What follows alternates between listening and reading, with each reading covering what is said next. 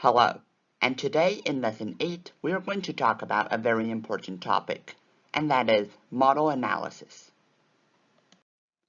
So first of all, why do we need analysis? Model analysis can help you provide better evidence to support your model and tell the readers that your model makes sense and is useful. And thus, by performing model analysis, you can demonstrate a concrete understanding of your model. Finally, model analysis will also help you highlight the advantages of your model to the judges, which will make them prefer your model more. It is worth noting here that using a diverse range of analysis methods can strengthen your model more than using only one type of analysis. Let's look at a most common type of analysis, and that is sensitivity analysis. Essentially, in sensitivity analysis, we want to test the robustness of a model. So, what is robustness? So, robustness is how resistant is a model to changes in its inputs. And that is, by performing sensitivity analysis, we change the inputs and see what will happen to the outputs. And it is worth mentioning that robust does not always mean good, because sometimes we want our models to be robust, but sometimes we do not. For example, if we want something that can detect a minute amount of pollutants, then we want it to be really sensitive. However, if we want a stable architectural structure, we want it to be robust. And the most common method we use for sensitivity analysis is the one-at-a-time method, which is we change each input by positive and negative 10% and 20%, and then we record the change in the output. So on the right hand side, I have a really simple example. It's essentially just Pythagorean theorem, and we have solved for a value in which a is 3 and b is 4, yielding c as 5. And we perform sensitivity analysis, and we can record our results in a table, which is what we normally use. So in this table, we can see that we have our two inputs, A and B, in two rows, and we have 4 columns representing 4 changes in each variable. So changing A by negative 20%, negative 10%, positive 10%, and positive 20%, and the same thing for B.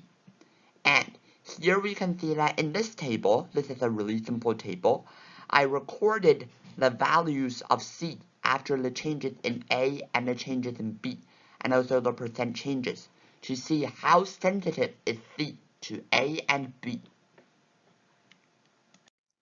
Now let's look at another type of model analysis, and that is discussing results.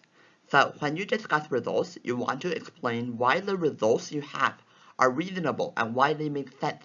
This way, your readers can better understand why your model is a proper model. One way you can do that is by incorporating evidence to support your model results. So if you can find, for example, a prior model that yields a similar result, you can cite that prior study and use it to validate your model. Another way that don't always apply is you can reverse engineer the results to acquire the inputs in order to verify that you have a proper process. For example, if you have a problem about locating an earthquake epicenter with a set of sensor data, you can, once you identify the epicenter, use that epicenter to deduce what the sensor data should look like and see if it matched with the sensor data you are originally provided with. And finally, if you have the time to construct multiple models, you can use 2 models and the results from these 2 models to verify and validate each other. In math modeling, we often use algorithms and statistical methods, and there are special ways to analyze these. In algorithms, especially with regard to computer science, we can analyze the efficiency of the algorithm, which is time and space complexity, normally expressed with a big O notation. Using that, we can provide a more thorough analysis of our algorithms and why they're good. And if you use statistical models, there are some things you can pay attention to, especially these 2. One is analyzing outliers, which means if you have an outlier in your particular set of data, you might want to discuss that outlier and tell the readers why it's a reasonable outlier. And you can also analyze the quality of your fit in linear regression, for example, which is a line fit. You can use the coefficient of determination, which tells you what percentage of the dependent variable can be explained by the independent variable, or you can use the chi-squared goodness of fit test. These are quite specific statistical methods, and you can find a lot of resources about them online, so I won't go into too much detail on them right here.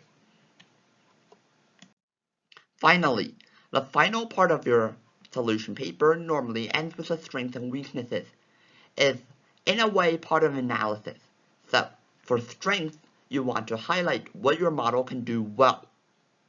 And one of the ways you do that is discuss what you have included in your model and how that thing makes your model better than other models that does not include it. You also need to concede to some limitations of your model because, as we all know, all models are wrong. However, you do not want your model to sound weak, and therefore you should explain why these limitations exist. For example, if you do not make this assumption, you'll need really complicated mathematics, or for example, this limitation doesn't really have a significant effect on the model results, etc. And this is how you talk about the weaknesses of your model. And that is all I have about analysis. Thank you very much.